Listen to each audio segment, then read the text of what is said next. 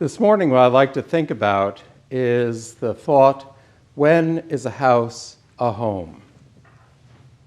What makes a house a home?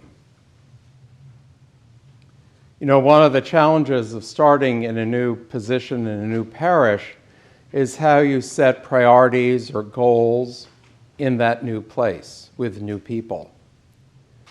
And one of the goals that we've had is to begin again the weekly reflection in the Mouse that I write. And in August, that sounded like a great idea. And now, week by week, it fills my heart sometimes with a little foreboding. My fear is that I'll run out of things to say, and I can hear my inner voice say, "Fat chance."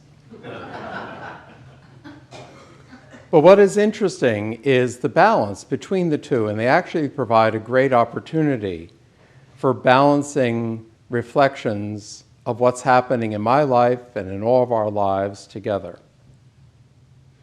And what's interesting is what might lend itself well to the Mouse is not necessarily something that would make a good sermon. And I suppose the reverse is also true. So I was thinking, as I did what I've been doing for the last several weeks, that I would write the Mouse about the idea of what it means to be home, what home means to us, and how that can sometimes contrast with the word house. Now, what the experience I was going through that this is lodged in is, of course, the death of my best friend, Richard Mayberry, a month ago, and the fact that he appointed me his executor. He lived in Boston, so that means I have to travel up to Boston to clear his house, to take apart the life that he made for himself, and to make sure I'm honoring his requests, and of course our friendship as well. Now, I will say that if you want to make the grief process shorter for a good friend, make them your executor. Because you will move quickly from grief to frustration. So I was thinking about writing a reflection about how I was feeling, which was homesick. I wanted no more than to be home this past week. But instead, I was in a nondescript hotel, confronted by the acquisitions of someone who had collected very, very energetically for the last 70 years. And although it's been frustrating and challenging and sad, and my heart was aching to be home, it has had moments of humor as well, and those have been great. It somehow honors my friendship with Richard because we laughed a lot together. Now, Richard considered himself to be a great organizer. He prided himself on it, but it wasn't until I was actually responsible for going through his highly organized files that I discovered that his idea of organization was to put every piece of paper he ever touched into a manila folder. Not to file them in any order or sequence, and even not to respect the integrity of the folder, because in a folder marked something like "to be shredded," at the back of it are menus from the ocean liner the Normandy, all mixed in together.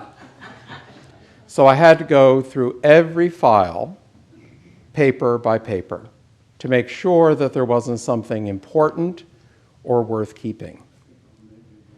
Let me just say that on Wednesday, I took 8 cartons of paper to be shredded. But I did save a few things. Perhaps my very favorite is a manila folder that I opened. It's entitled Thoughts, and it was empty.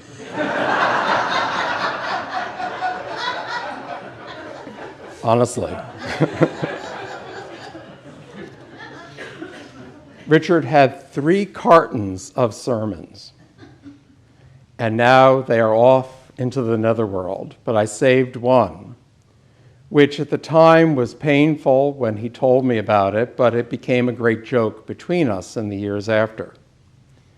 In 1995, Richard lost the love of his life, Edward. And in Edward's death, Richard really never recovered. Edward died just around this time of the year, around Thanksgiving. And all of Richard's friends were very worried about him and how he was doing. He refused to take any time off from the parish and instead plunged right into Christmas.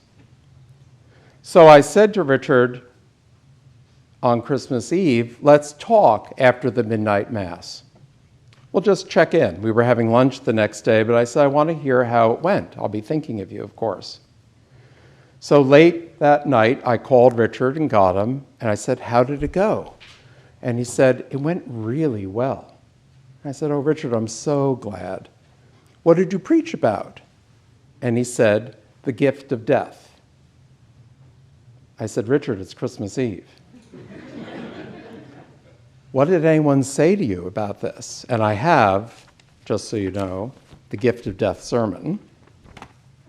And I said, what did people say to you? And he said, well, now that you mention it, the senior warden did come up to me and say, I think it's time you took a little bit of time off. But it's a great lesson that if we're not careful, we can find ourselves preaching the gift of death, sometimes not always at the most appropriate time. So for me, I had this heavy heart, grappling with Richard's life, unraveling his home in some significant way, all of it tied together as how I was feeling. Now, I will say that this is predicated on a lesson that I learned from my mother when once we were visiting someone, and I as a child complimented the people on their home. And when we got out into the car, my mother said, you know, it was very nice that you noticed how lovely the house was, but it is important to remember there's a distinction between the two words. And of course, this is my mother's definition. A house is a structure. It's a place. And you may certainly want to compliment someone on the house, the way it looks, how it's been done, its beauty, the care that people have taken in arranging things. But if you compliment them on their home, you're saying something slightly different. You're complimenting on the lives that they live in that house, their relationships. And although you may want to do that, I think probably you meant house in this case. Now, it was an interesting lesson and one that left me forever handicapped because now whenever I compliment someone on their house, I stumble over the word like I'm not quite sure what I'm saying. I always have to check in to make sure I'm right. And I was thinking about that, being homesick, yearning to be home. Because it wasn't a yearning for structure and buildings, although I love our house, both here in Millbrook and the house that we have in Germantown. I certainly love this house of God. But for me, that wasn't the thing that I deeply yearned for, which made me feel unsettled, being so far from home, and in being someone else's home that I was taking apart. Because I think home has to do with relationships, profound and deep relationships that we live out. And I'd like to suggest that's true in Scripture that we have today. In the Jewish Testament, we have the wonderful story of Hannah. Now, it has one of my favorite moments of all time when Eli, probably an Episcopalian, is a little unsettled by Hannah's vigorous praying and thinks she's drunk and says, "Woman, put away your wine." But Hannah's not. She's praying fervently for something that's very important for her that she thinks is at risk. she hasn't been able to provide a son to her husband.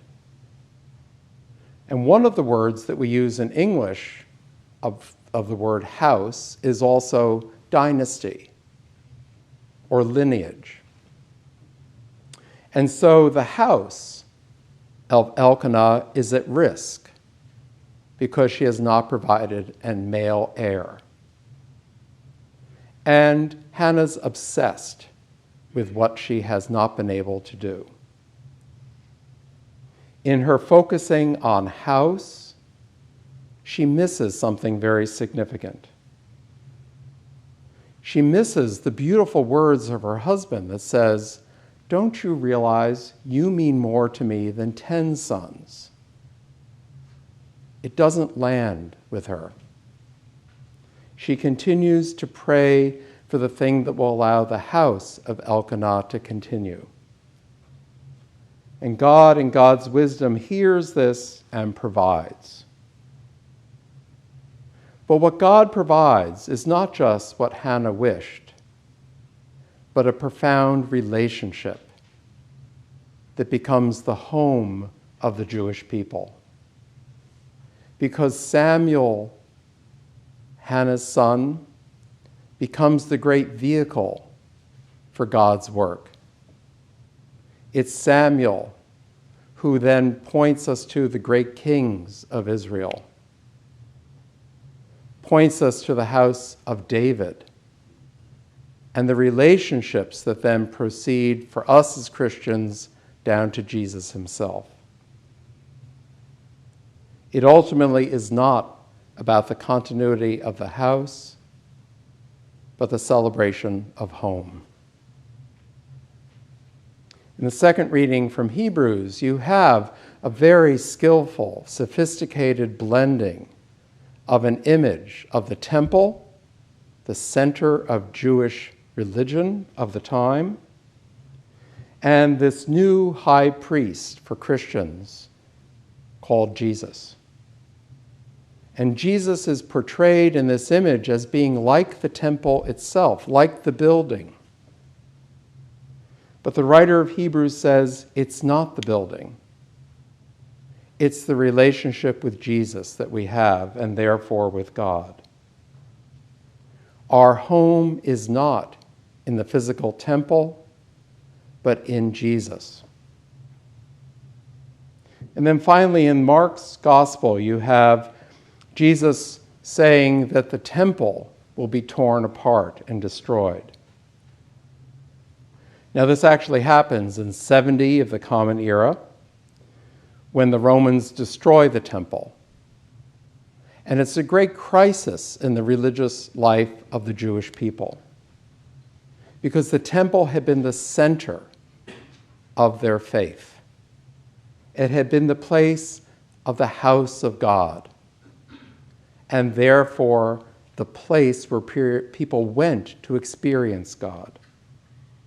And with its destruction, the existential question was asked, what now? Well, the disciples think, well, this is the end. If the temple's destroyed, we need to know when that's going to be. It's a terrible moment. And indeed it was, but it wasn't the end. For God provided a home for the Jewish people in their relationships, in congregations, and together. God continued in relationship with the Jewish people past the destruction of the building or the house of God. And at the same time of the destruction of the temple, God was opening for we who are Christians a path through Jesus of knowing God and being in relationship with God. The house which people loved was not the ultimate answer, but pointed to a home that was based in relationships. And so what I realized was, as much as I missed being physically here, what I really missed were relationships. What I missed were Tim, our dog, and all of you here at St. Peter's. I could not wait to get back to all of you, to this, our home, and my home. You know, if I'd written the reflection for the mouse, it could have turned out to be the gift of death. But instead, it was the gift of gratitude as a sermon. How profoundly thankful I am for the love and the relationships in my life. And that when it comes time to take apart someone's life or home, I know where my grounding is. It's here with all of you. And so as we gather in this house of God and give thanks for our relationships, both with each other and with God, for a moment I'd like to call it, instead of the house of God, the home of God. Because it is really where we dwell. It's where we live in our relationships. And for this home of God, I'm profoundly grateful and give thanks for the love and relationships that are so important to me here in this place.